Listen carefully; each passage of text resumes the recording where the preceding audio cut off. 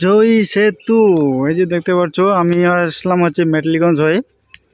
তো আমার গাড়িটা একদম রোদের মধ্যে আছে আর এখান থেকে জাস্ট ভিউ, ও মাই গড, নতুন করে রং লাগিয়েছে জয় সেতুতে, খুব সুন্দর ভালো লাগছে। আর এখান থেকে ও মাই গড, ব্রিজটা যা দেখা যাচ্ছে না।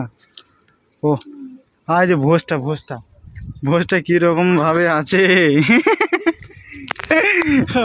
আমি প্রথমে ভাবলাম যে একটা গাছ মনে হয় আছে সেখানে, তারপর আস্তে করে দেখলাম বাবা জিনিসটা নড়তেছে, কি জিনিসটা।